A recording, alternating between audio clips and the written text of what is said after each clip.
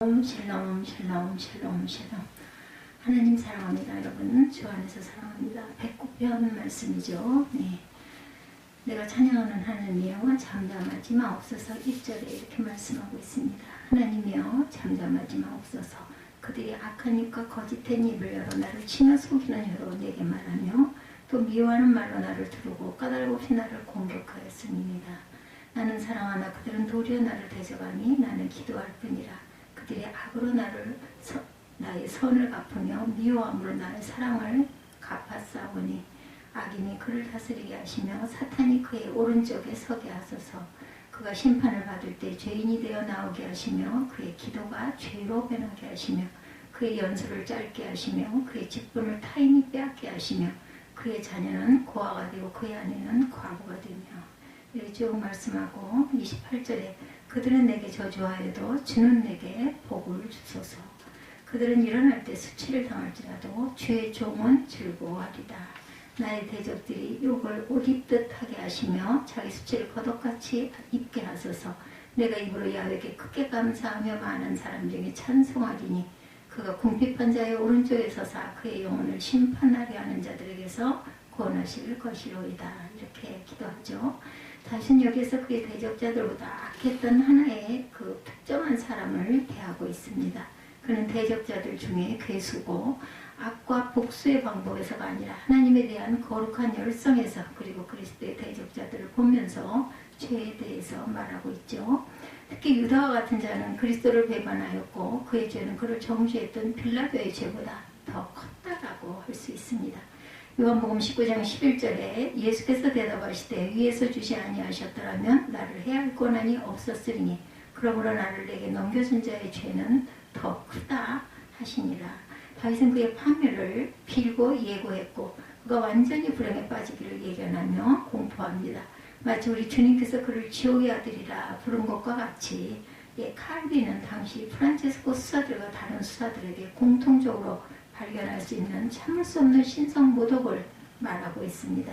어떤 사람이 자기 이웃사람에게 앙심을 품고 있으면 그는 수도사들 중 어떤 자들을 고용하여 자기가 미워하는 자를 매일같이 저주케 하고 성경 구절을 인용해서 저주를 한다는 거죠.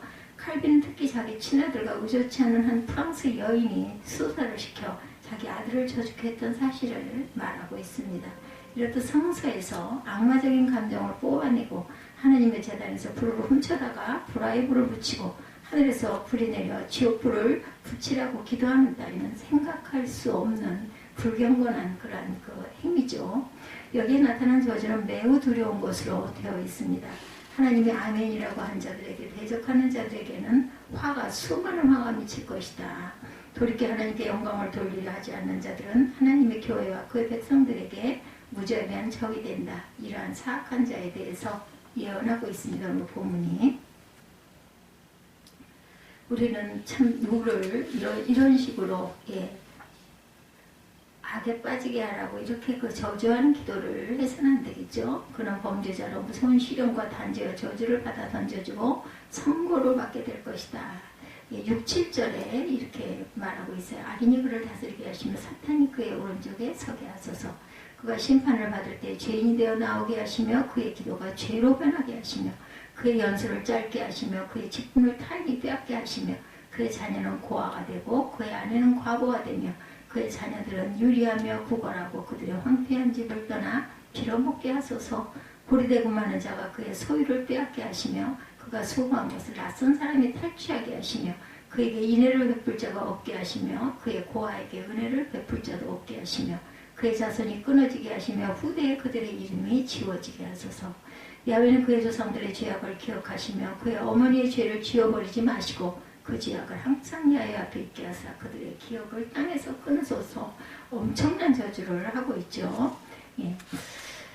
악인이 저를 제어하게 하시사 그 다른 자에게 행한 것 같이 그에게 난폭하게 억압하게 하소서. 왜냐하면 하나님은 때때로 악인을 다른 사람에 대한 채찍으로 삼으시고 약탈자를 약탈하게 하시면서 배반자로 배반당하게 하셨기 때문이다. 대적으로 그의 오른편에 서게 하소서. 즉 그 대적은 사탄을 의미합니다.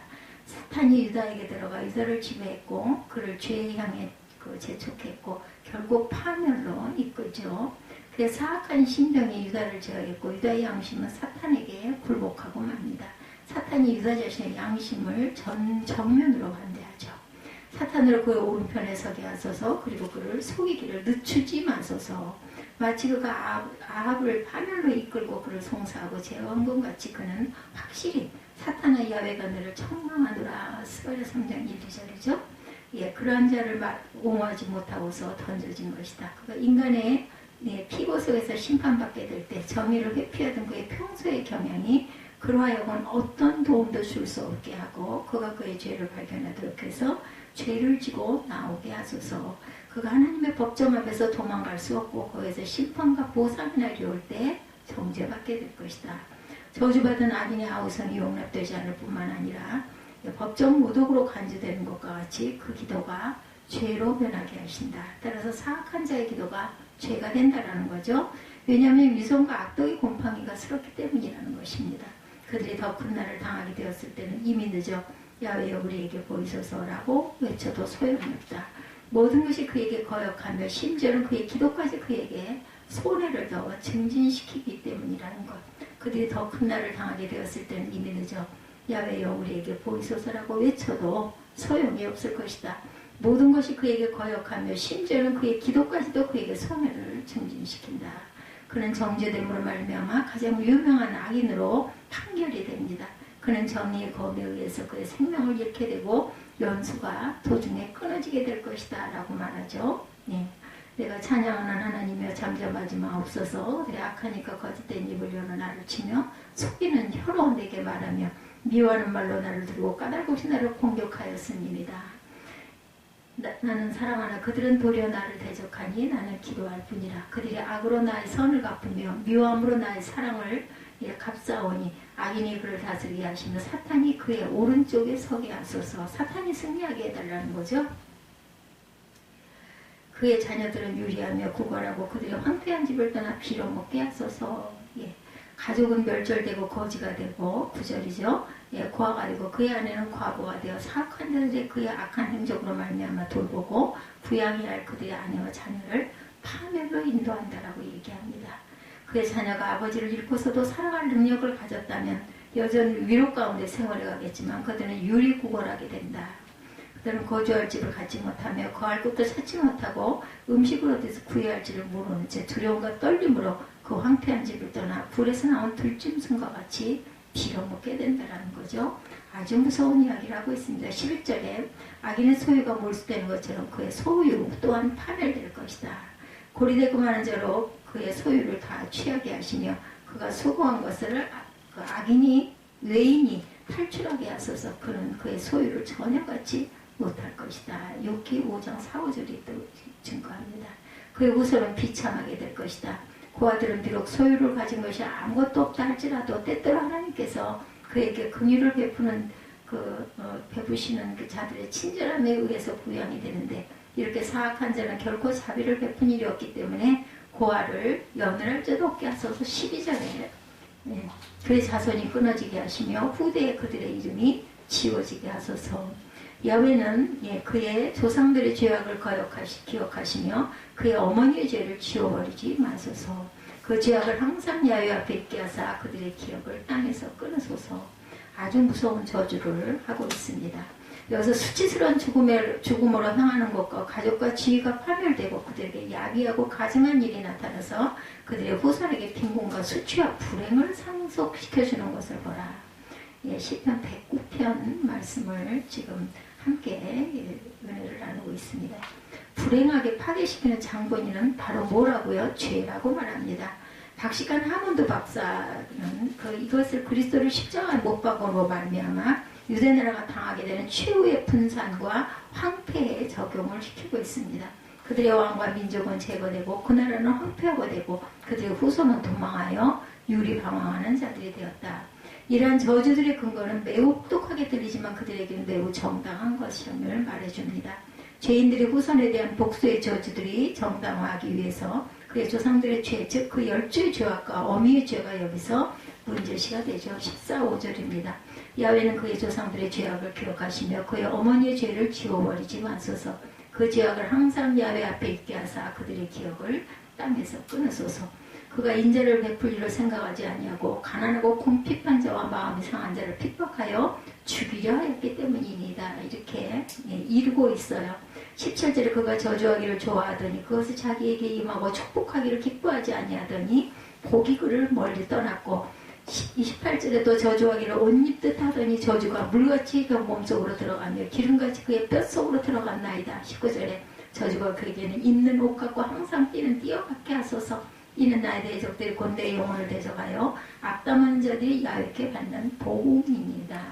이런 기도가 백구편에 나와 있습니다. 다윗의 시입니다. 저주가 그에게는 입는 옷 같고 항상 뛰는 띠 같게 하소서. 그러나 야외여 12, 21절에 보면 주의 이름으로 말미암아 나를 선대하소서. 주의 인자하심이 선하시오니 나를 건지소서. 나는 가난하고 궁핍하여 나의 중심이 상함입니다. 나는 석양 그림자같이 지나가고 또 메뚜기같이 불려가오니 금식함으로 내 무릎이 흔들리고 내 육체는 수척하오니 나는 또 그들의 비방거리가 되리라. 그들이 나를 보면 머리를 흔드나이다. 야외 나의 하나님의 나를 도우시며 주의 인자하심을 따라 나를 구원하소서. 이것이 주의 손이 하신 일인 줄 그들이 알게 하소서. 주 야외께서 이를 행하셨나이다. 그들은 내가 저주하여도 주는 내게 복을 주소서. 그들은 일어날 때 수치를 당할지라도 주의 종은 즐거워하리다. 나의 제독들이 욕을 옷 입듯 입게 하시며 자기 수치를 겉옷같이 입게 하소서. 내가 입으로 야훼께 크게 감사하며 많은 사람 중에서 찬송하리니 그가 궁핍한 자의 오른쪽에 서서 그의 영혼을 심판하리 하는 자들에게서 구원하실 것입니다. 이렇게 고백하고 있죠. 죄인 자신에 대한 복수의 저주들을 정당하기 위해서 여기서 그 자신의 죄가 그들에게 돌려집니다. 그는 잔인성을 사랑하였고 그리고 그는 그에게 피를 마시게 했다. 그가 긍휼히 여기기를 생각하지 아니하고 16절에 그가 인자를 베풀기를 생각하지 아니하고 가난한 자는 궁핍한 자와 마음이 상한 자를 핍박하여 죽이려 하였기 때문입니다. 이게 마시게 자비를 나타내도록 권유하는 생각을 기억하지 않고 그에게 제시된 동정의 대상을 기억하지 않고 그가 보호하고 소생시켜야 할 가난한 자들을 박해하고 위로하고 고쳐줘야 할 마음이 상한 자를 핍박하여 죽이려 하였다.